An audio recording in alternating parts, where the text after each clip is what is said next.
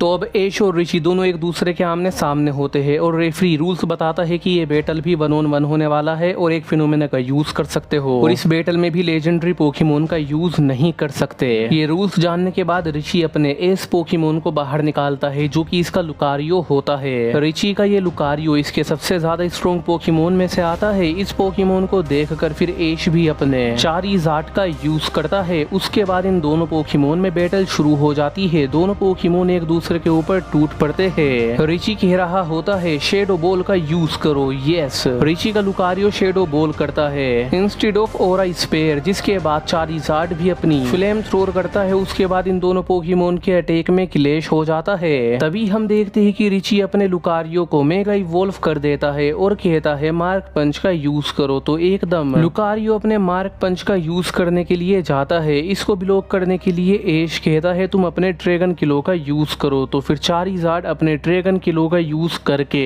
Lucario के attack को block करता है और इसे दूर धक्का दे देता है। लेकिन तभी ऋषि कहता है हार मत मानना, बोन रश का यूज करो। तो फिर से मेगा लुकारियो अपने बोन रश से चारिज़ार्ड के ऊपर अटैक कर देता है। लेकिन ऐश कहता है स्लेशिस का यूज करो। तो फिर चारिज़ार्ड भी अपने स्लेशिस का यूज करते हुए लुकारियो से बैटल करने लगता है। दोनों पोकेमोन एक दूसरे को अपने अटैक मार देते हैं। लेकिन अब चारिज़ार्ड को थोड़ा ज्यादा डैमेज मिल जाता है। तो ये देखकर ऐश भी अपने चारिज़ार्ड को मेगा इवॉल्व कर देता है और कहता है हाइपर बीम का यूज करो। तो एकदम चारिज़ार्ड अपनी हाइपर बीम करता है। इस अटैक को देखकर ऋषि कहता है अभी अपनी बोन रश का यूज करो, उसे गोल गोल घुमाने लगो। तो एकदम लुकारियो अपनी बोन रश का यूज करता है, उसे गोल गोल घुमा के चारिज़ार्ड की हाइपर बीम को ब्लॉक कर देता है। एंड इसके बाद लुकारियो अपने ओरा स्पेयर से चारिज़ार्ड को मारने की कोशिश करता है। लेकिन चारिज़ार्ड इसे अपने फायर पंच का यूज करके आसानी से बेकार कर देता है। बट इसके बाद हम देखते हैं कि ऋषि अपने लुकारियो को मेगा एवोल्यूशन की लेवल 50 पर लेकर आ जाता है, वो भी डायरेक्ट, जिसके बाद इसका साइज भी काफी ज्यादा बिग हो जाता है। ये देखकर ऐश भी अपने चारिज़ार्ड को मेगा एवोल्यूशन की लेवल 50 पर लेकर आ जाता है। उसके बाद चारिज़ार्ड अपनी फ्लेयर ब्लिट्स का यूज करता है और लुकारियो अपने ओरा ब्लास्ट का यूज करता है। दोनों पोकेमोन के अटैक में जैसे ही क्लैश होता है तो दोनों पोकेमोन को रेडिएशन की वजह से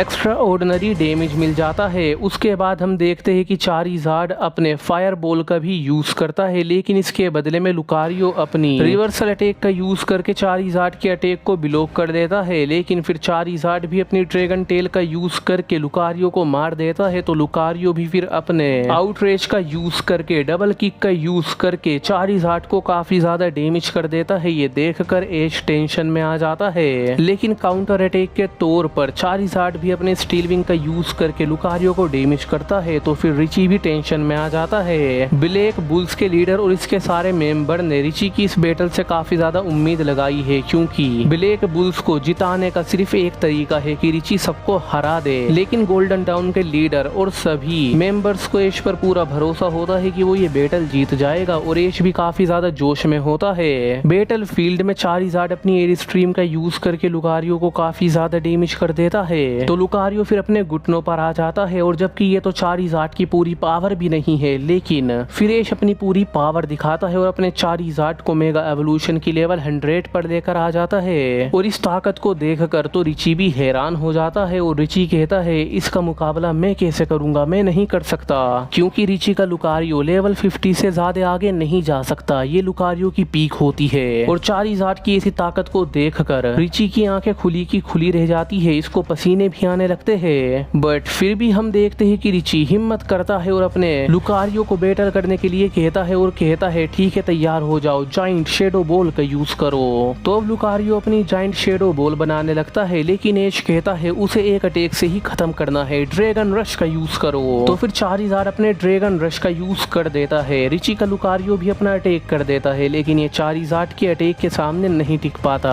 चारिज़ार्ड लुकारियो के अटैक को चीरते हुए जाता है और लुकारियो को अपना अटैक मार देता है। जिसके बाद यहाँ पर एक काफी ज्यादा बड़ा ब्लास्ट हो जाता है और ब्लास्ट के बाद हम देखते हैं कि लुकारियो फेंट हो जाता है। अनाउंस हो जाता है कि इस बैटल के विनर है ऐश केचम और इसी के साथ गोल्डन डाउन ने ब्लैक बुल्स को हरा दिया है और बन गई है विजेता टीम। तो फिर सभी ऑडियंस तालियां बजाने लगती है, ऐश के सभी कंपेनियन भी तालियां बजाने लगते हैं, पोकेमोन मास्टर रेश भी मुस्कुराते हैं और इतनी ज्यादा औसम बैटल देखने के लिए ये भी तालियां बजा रहे होते हैं। फिर हम देखते हैं कि ऐश और रिची भी अपनी अपनी टीम में चले जाते हैं। उसके बाद अनाउंसर अनाउंस करते हैं कि अब अगली टीम बैटल होने वाली है गोल्डन डाउन और क्राउन ऑफ गोल्ड के बीच में। क्राउन ऑफ गोल्ड वही टीम है जिस टीम के अंदर अलान होता है। क्राउन ऑफ गोल्ड के लीडर पूरे जोश में होते हैं गोल्डन डाउन के साथ बैटल करने के लिए। क्राउन ऑफ गोल्ड के लीडर और गोल्डन डाउन के लीडर एक दूसरे को देखते हैं। अलान ऐश की ओर देखता है और ऐश अलान की ओर देखता है। बट फिर ये भी अनाउंस हो जाता है कि ये बैटल 3 दिन के बाद होने वाला है। तो फिर स्टेडियम खाली हो जाता है और फिर आउट स्टेज हम देखते हैं कि ऐश के पास इसके सभी दोस्त मिलने के लिए आ जाते हैं। इसको कांग्रेट्स कहते हैं इसकी जीत के लिए। सरीना भी इससे मिलने के लिए आती है और वो इससे मिलकर काफी ज्यादा खुश होती है। ऐश अपने सभी दोस्तों से काफी ज्यादा अच्छे से मिलता है। फिर इनको अलविदा कह के अपनी टीम के साथ आ जाता है अपने बेस में। अब गोल्डन डाउन के अंदर सभी ट्रेनर अपनी ट्रेनिंग कर रहे होते हैं क्राउन ऑफ गोल्ड के साथ बैटल के लिए और ऐश भी अपनी ट्रेनिंग ही कर रहा होता है, वो भी अपने खतरनाक पोकेमोन लेजेंडरी पोकेमोन के साथ। ऐश अपने म्यूटू 2.0 को भी ट्रेनिंग दे रहा होता है, वो भी अपने इटर्नटस के साथ। ये दोनों पोकेमोन आपस में बैटल कर रहे होते हैं और ऐश का यहाँ पे शाइनी लूगिया भी होता है, वो भी ऐश के ड्रैगनाइट के साथ बैटल कर रहा होता है।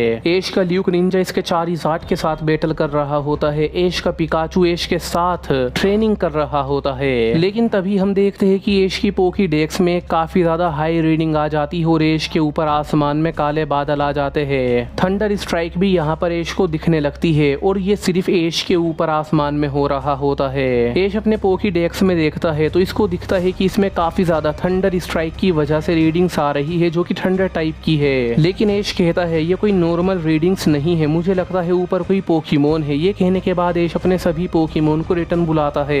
ऐश अपने पिकाचू को अपने शोल्डर पर बैठा लेता है और ऐश खुद अपने चारिज़ार्ड पर बैठ जाता है और आसमान में जाने लगता है। हम देखते हैं कि ऐश काले बादलों के बीच में आ जाता है जहां पर ऐश को एक लेजेंडरी पोकेमोन एक ज़ैप्टोस दिख जाता है और ये ज़ैप्टोस काफी ज्यादा पावरफुल होता है क्योंकि इसका साइज नॉर्मल ज़ैप्टोस से 2 गुना ज्यादा होता है। ये एक जाइंट ज़ैप्टोस होता है। इस पोकेमोन को देखकर ऐश काफी ज्यादा शौक हो जाता है क्योंकि आज से पहले ऐश ने इतना ज्यादा जाइंट ज़ैप्टोस नहीं देखा था। ऐश इसे देखकर कहता है ओह तुम्हें अब समझा, ये रीडिंग्स इसी से आ रही थी। अब ऐश इस पोकेमोन को देखकर तो इसका लवर बन जाता है। मतलब लिटरली ऐश पूरी तरीके से ये इरादा बना लेता है कि वो इस पोकेमोन को कैच करेगा क्योंकि ये काफी ज्यादा अनोखा पोकेमोन है और जाइंट पोकेमोन है। तो ऐश अपने पिकाचू को थंडरबोल्ट करने के लिए कहता है।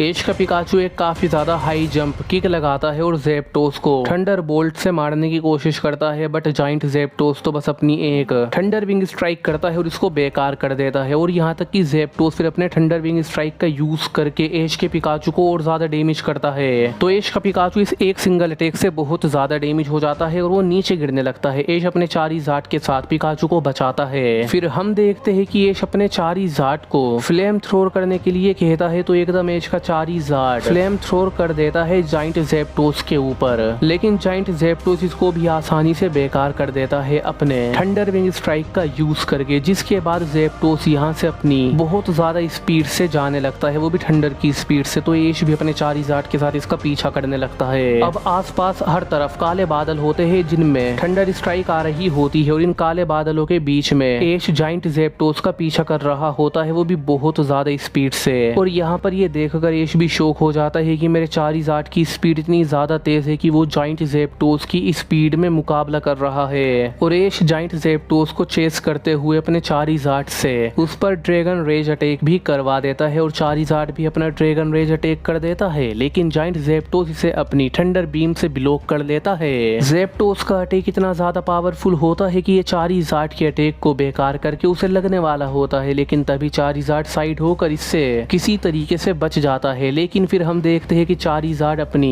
एयर स्लेशिस का यूज कर देता है, लेकिन जाइंट ज़ैप्टोस बिना पीछे देखे इन सभी अटैक को डॉच कर देता है। उसके बाद हम देखते हैं कि ये जाइंट ज़ैप्टोस एक काफी ज्यादा ऊंचे माउंटेन की चोटी पर आ जाता है और लिटरली ये इतना ज्यादा जाइंट माउंटेन होता है कि जो इसकी चोटी है वो इन काले बादलों के भी ऊपर जा रही होती है। मतलब ऐश नीचे की ओर देखता है तो उसको कुछ भी नहीं दिखता। फिर ऐश इस जाइंट माउंटेन की चोटी पर ही उतर जाता है और यहीं पर जाइंट ज़ैप्टोस भी उतर जाता है। बट ऐश फिर इस माउंटेन को देखकर कहता है ये माउंटेन कोई नॉर्मल नहीं है, इसके बारे में मैंने पढ़ा है, इसका नाम है थंडर माउंटेन और माना जाता है कि ये माउंटेन प्राचीन समय से ही ज़ैप्टोस का घर है और यहाँ पर अनगिनत ज़ैप्टोस पाए जाते हैं। लेकिन किसी को भी इस माउंटेन की लोकेशन नहीं पता है। और फिर ऐश अपने आसपास देखता है तो इसको भी कुछ नहीं दिखता, बस आसपास हर तरफ काले बादल होते हैं। तो ऐश भी इस माउंटेन की लोकेशन नहीं जान पाता, लेकिन हाँ यहाँ पर बहुत सारे ज़ेप्टोस जरूर होते हैं। यहाँ पर एक पूरा किंगडम होता है ज़ेप्टोस का, और उन सभी ज़ेप्टोस का ये जाइंट ज़ेप्टोस लीडर होता है। अब इतने सारे ज़ेप्टोस को देखकर ऐश की भी हवा टाइट हो जाती है। मतलब ऐश खुद भी इतने सारे ज़ेप्टोस का अपने सारे पोकेमोन को निकाल के भी बैटल करेगा तो शायद वो हार जाएगा, क्योंकि यहाँ पर अनगिनत ज़ेप्टोस होते हैं। तो इसीलिए ऐश यहाँ पर थोड़ा सा स्मार्ट गेम खेलता है और कहता है, मुझे लगता है जाइंट ज़ेप्टोस तुम इन सभी ज़ेप्टोस के लीडर हो, तो मैं तुम्हें एक फेयर बैटल के लिए चैलेंज करता हूँ। अगर इस बैटल में मैंने तुम्हें हरा दिया तो फिर तुम मेरे पोकेमोन बन जाओगे, और अगर मैं हार गया तो मैं यहाँ से चुपचाप चला जाऊंगा और कभी लौट कर नहीं आऊंगा।